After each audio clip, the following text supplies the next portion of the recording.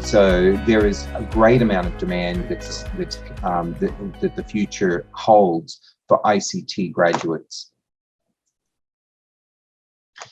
And that means that it's our job to try to help students build their skills, their employability as they transition through the degree and prepare to transition out of the degree.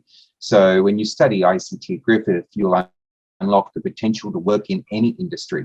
The majority of future jobs growth is predicted to be in science, technology, engineering, maths, and with IT skills across all sectors. And so students are looking at careers from our degrees, such as software developers, programmers, and software engineers, analysts, game developers, app developers, data scientists. So these are all key areas that there is growth available in the future for jobs, which is great news for those of you who want to graduate and stay in Australia, particularly from the Gold Coast campus, up to 3 years after graduation. We have we create opportunities for students, and we encourage students to create opportunities for themselves by putting themselves out there and applying for some of the best top companies available. And our students are getting work through companies like Ubisoft, the Australian research company CSIRO, and tech companies such as IBM, Google, and Apple.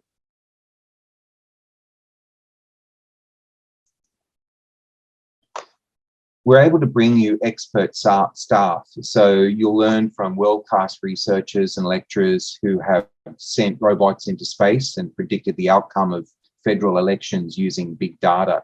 And I kid you not, using the data lab, those academics have been able to predict quite a lot of things, including a major Australian horse race, and is often in the news for those reasons. But Griffith lecturers and researchers have developed instruments for the NASA Mars exploration rover. They've been involved and correctly predicted the 2019 federal election using big data gathered from tweets, as well as the US election. So that was also predicted. Worked with Regional Development Australia Gold Coast and the City of the Gold Coast to build apps for the community, and have received numerous prestigious awards for teaching excellence. Some of the features mentioned in the video about the new engineering, technology and aviation building included those specialist labs and workshops where there are simulation studios for virtual and augmented reality, the motion capture labs, the cyber range, the big data and smart analytics lab, the collaboration zones where students and alumni get to meet with industry and discuss projects, and many more facilities and features available throughout those buildings, both at Nathan, where this building is, and at the Gold Coast.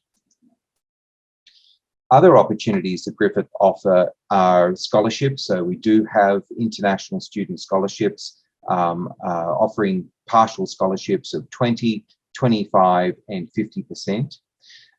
We've got programming clubs, we've got first year coordinators, so building those leadership with first year students at the undergraduate. There are opportunities for students that are gaining good marks to peer work with other students and pass on their knowledge through the peer assisted study sessions.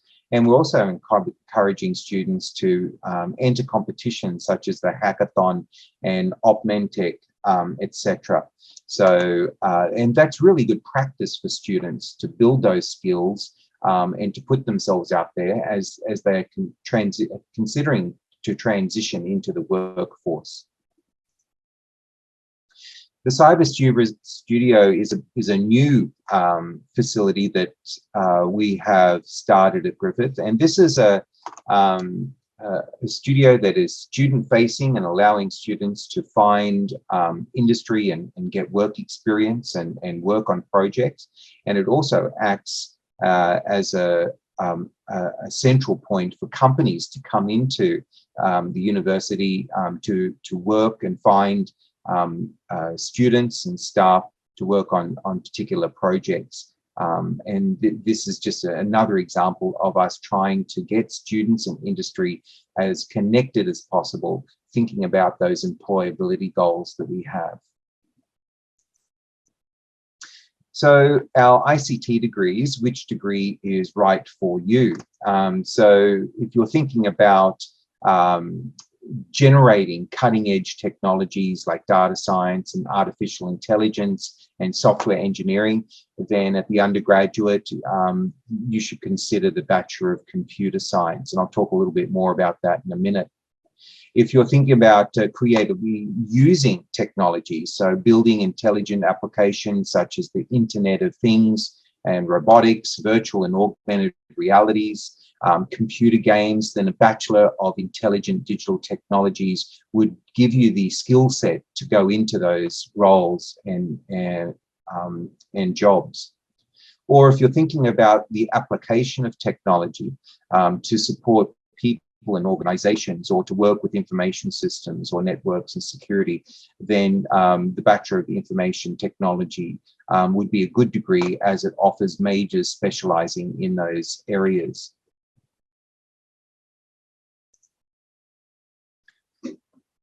The Bachelor of Computer Science are looking at generating cutting-edge technologies, and the Advanced Bachelor of Computer Science with honours as the 4-year option looks at majors such as data science and artificial intelligence and software development. Otherwise, the Bachelor of Intelligent Digital Technologies is a 3-year degree and offers streams related to the Internet of Things and robotics, or programming for visualization and entertainment. So looking at building apps, or working with organizations in their educational goals, or working with companies and games design related to entertainment. In applying technology, the Bachelor of IT offers majors, is a 3-year degree and offers majors in software development and support, information systems and business analysts, networking and security, data analytics, and enterprise architecture. And if I'm not wrong, I understand students can study up to 2 majors within that Bachelor of Information Technology.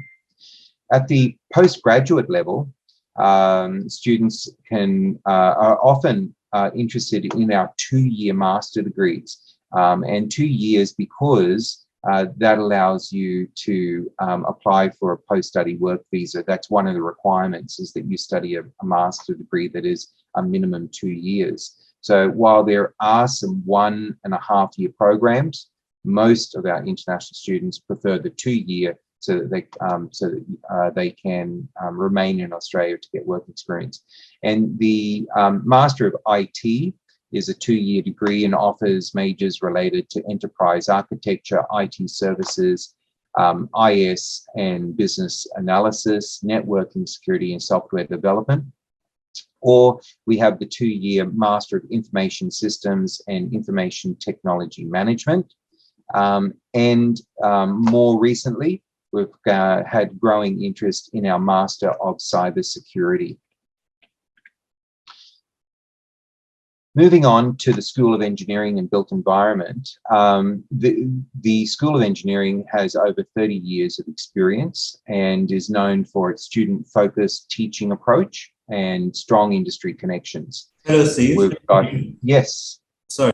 Continue. There's some 2 questions about the IT that I wanted us to address quickly. Sorry, Ismail, can't hear you. So if we may read the question out, and then maybe you can respond, and then we can continue. So the question is that can an individual apply for a postgraduate IT program without an IT background? Okay, so a student wants to know if he can apply for an IT program at the postgraduate level without necessarily having an IT background. Yeah, no, thanks for the question. I'll just go back. The answer is yes, you can. All three of these master degrees allow students from any background to apply. But an issue comes up though.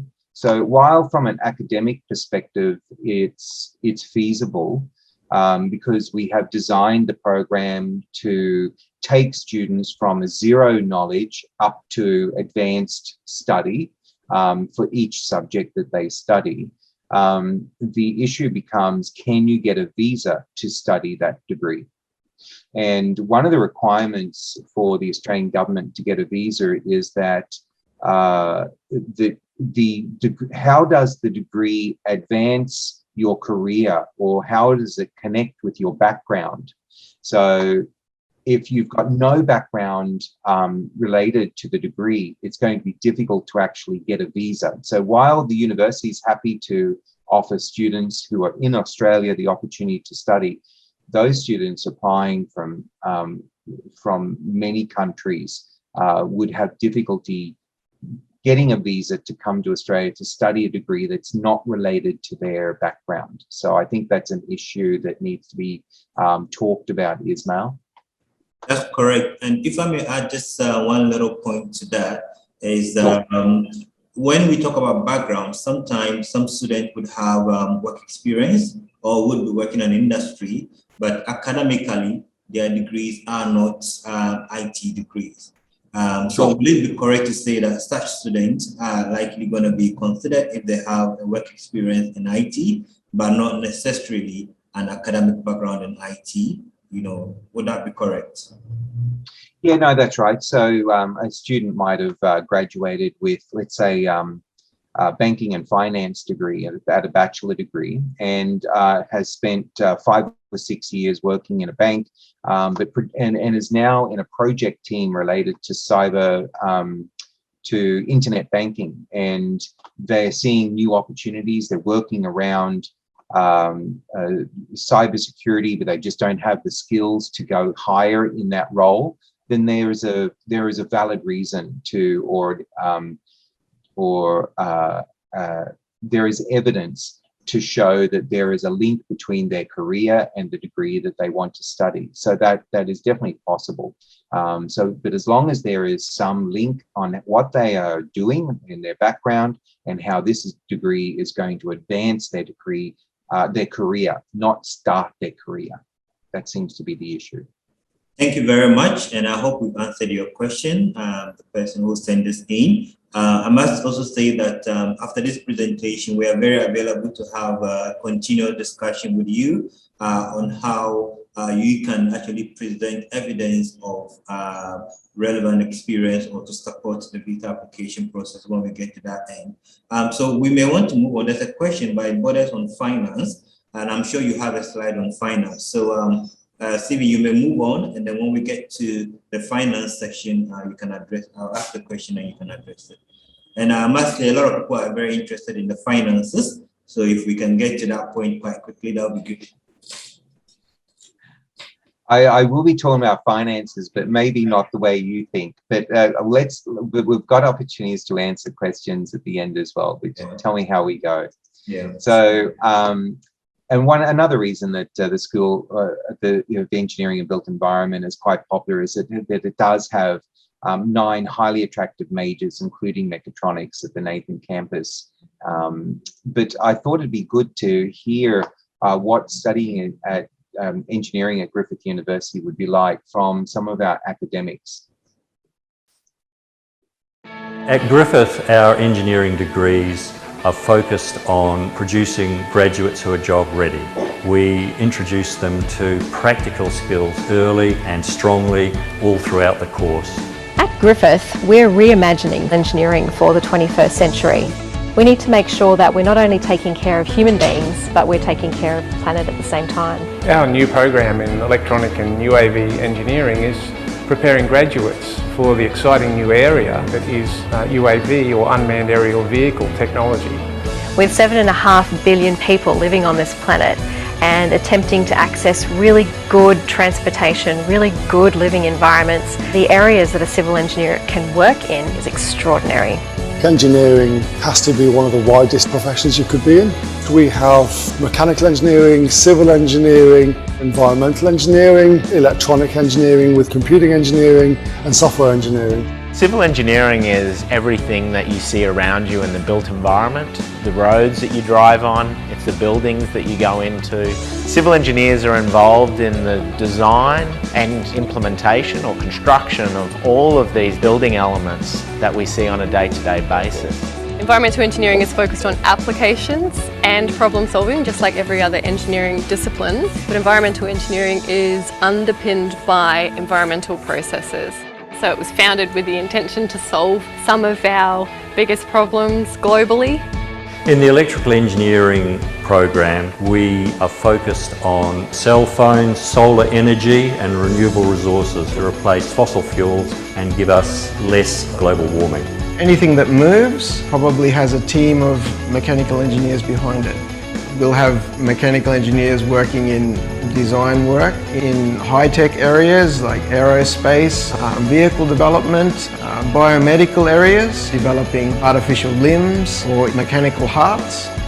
Griffith has enabled me to become a world-class engineer by providing me a supportive academic environment and giving me the platform and the resources to learn and grow and become a real engineer.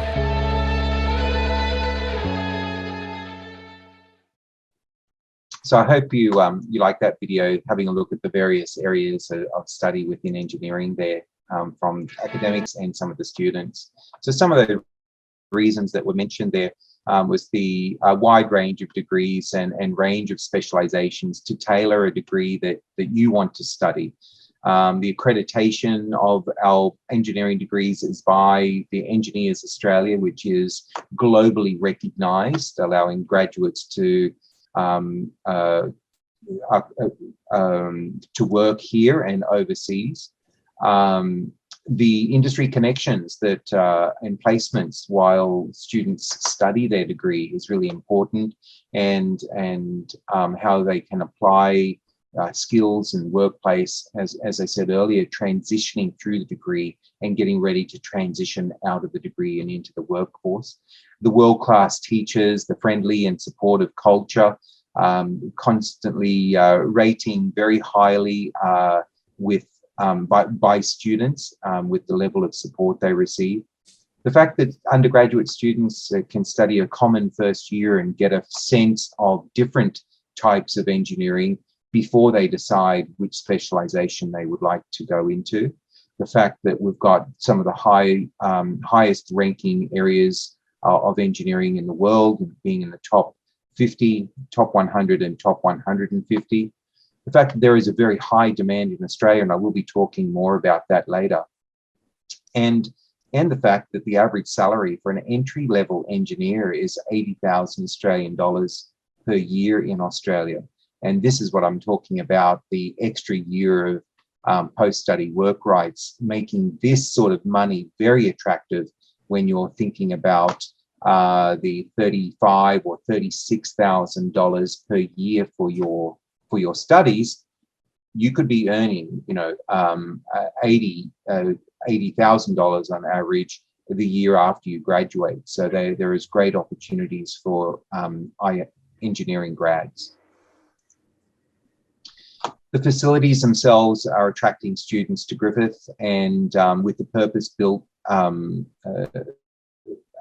buildings for practical project-based learning, there is space for innovation and collaboration and specialized labs and collaborative learning spaces for students to connect with industry, with each other and their areas of subject, including ecology super labs, molecular biology and chemistry labs. There's a rooftop energy research zone, the cybersecurity and robotics, as well as the whole building itself in Brisbane being a living experiment, if you like, with all the sensors available to students to look at data on how the space moves and changes at different times of the day and with different numbers of people in the building. In terms of the degrees at the undergraduate level, we've got what's known as the Bachelor of Engineering with Honours. It's a 4-year degree. The GC means Gold Coast and NA means Nathan. For the civil engineering major, we offer it at both campuses. Electrical and electronic engineering is only at the Gold Coast. Mechanical engineering, electronic, or electronic and energy, it's like a dual major, or combining electronic with unmanned aerial vehicles, or practicing learning about drones and piloting drones, as well as environmental engineering and mechatronics.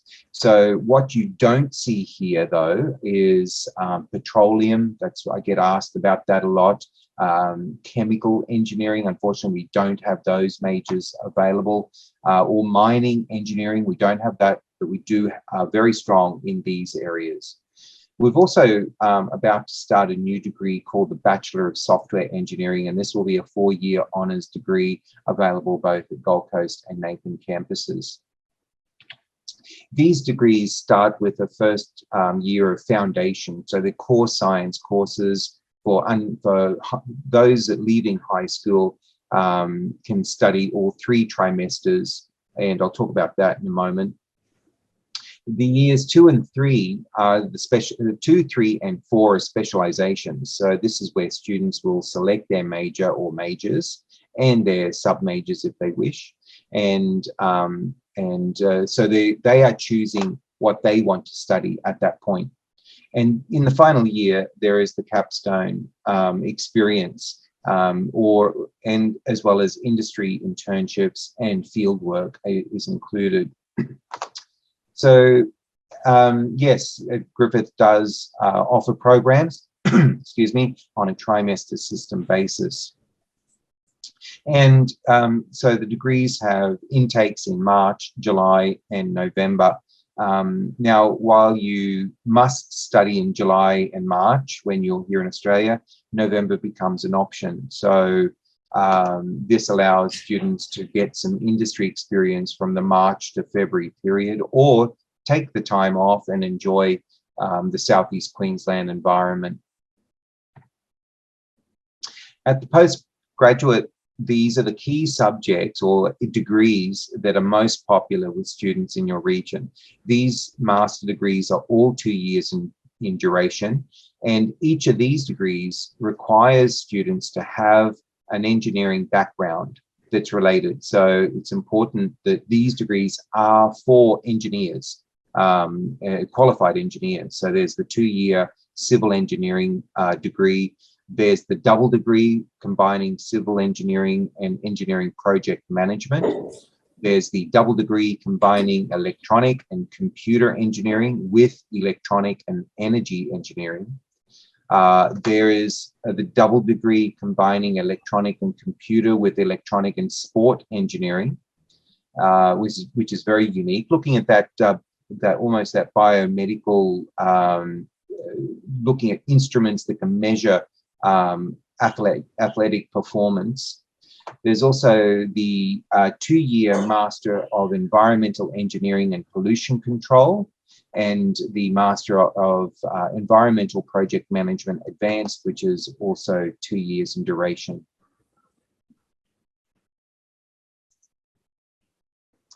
I just wanted to briefly mention this. At the undergraduate level, we are seeing an increase of interest from high school leavers in construction management.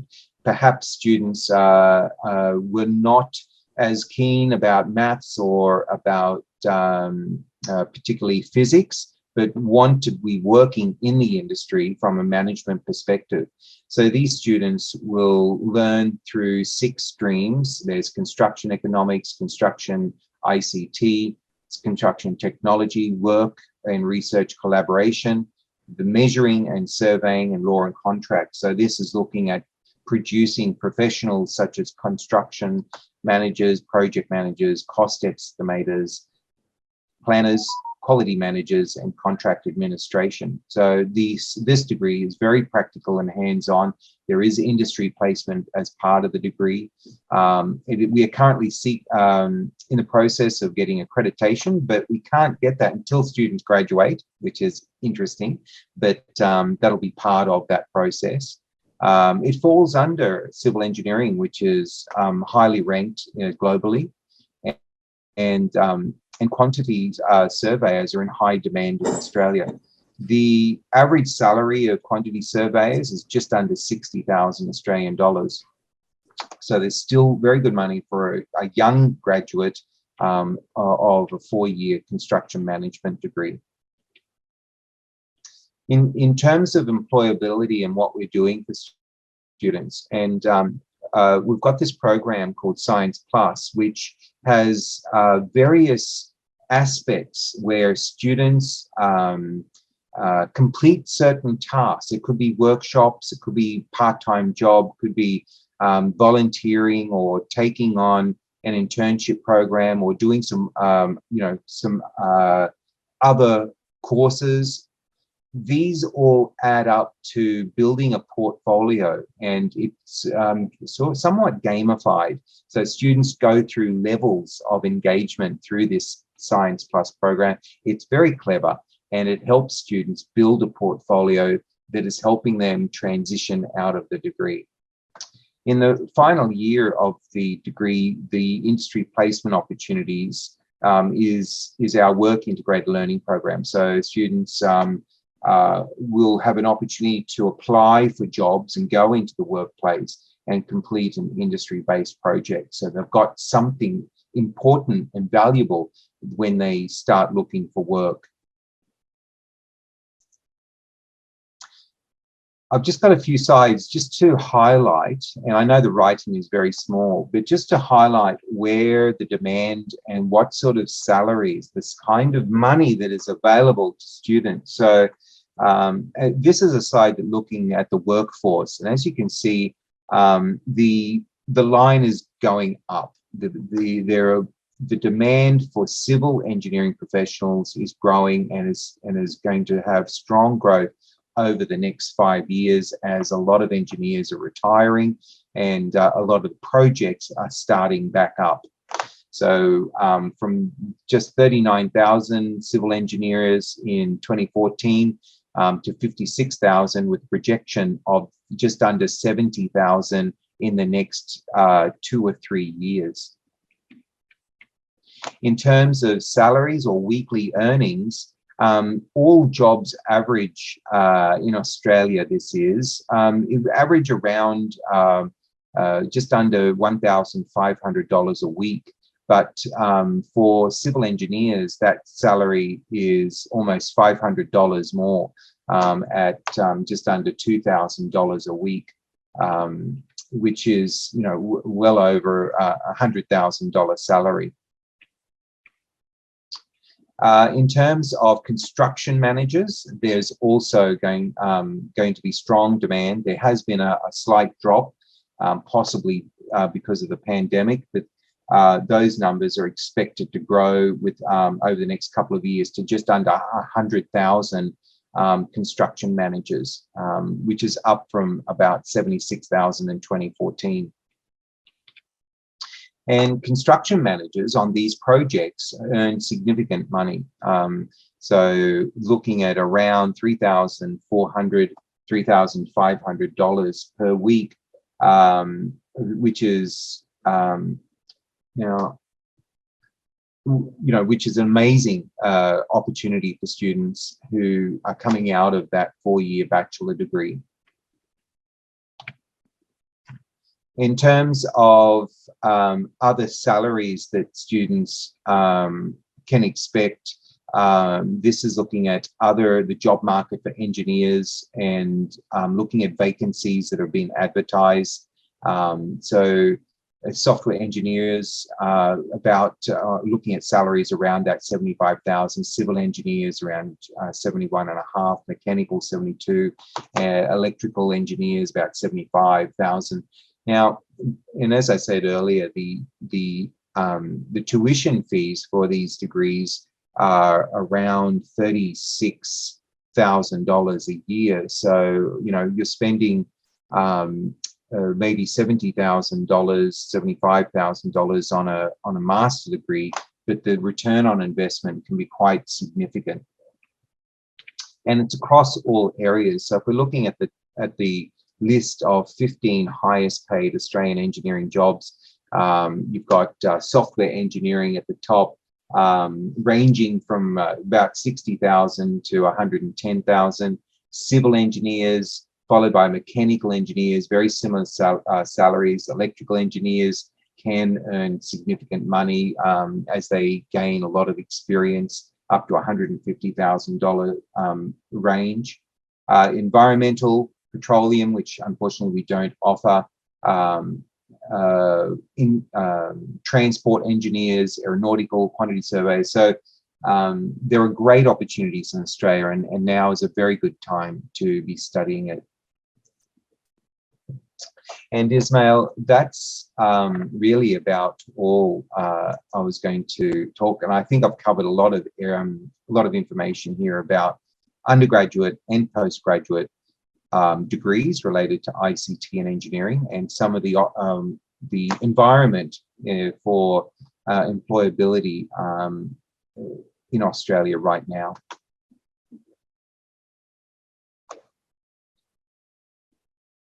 Sorry, Ismail, I can't hear you. Yeah, thank you very much. That's a very wonderful presentation, very insightful, and I'm sure a lot of our listeners and viewers would agree with us. At this point, if you do have questions, please feel free to either unmute your microphone and ask, or you can just put a question in the chat column. There's one question that I'll read out for us to respond to, see. And then I can also have a few things that I want to summarize from your presentation.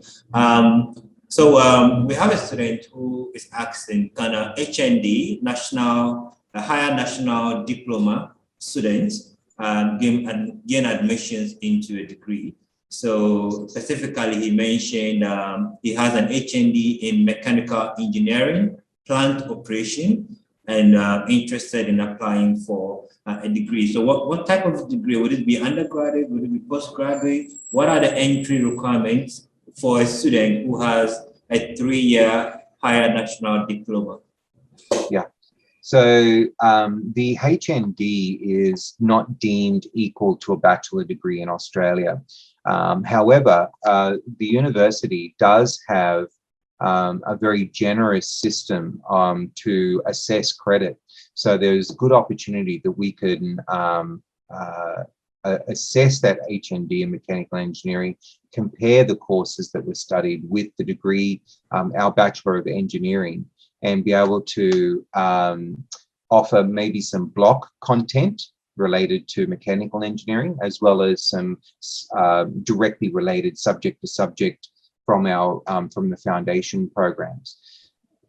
Generally, many universities will only offer credit up to about 20 or 25%, in some cases 33%. But at Griffith, we are able to offer for some of our 3-year degrees up to 66% in credit.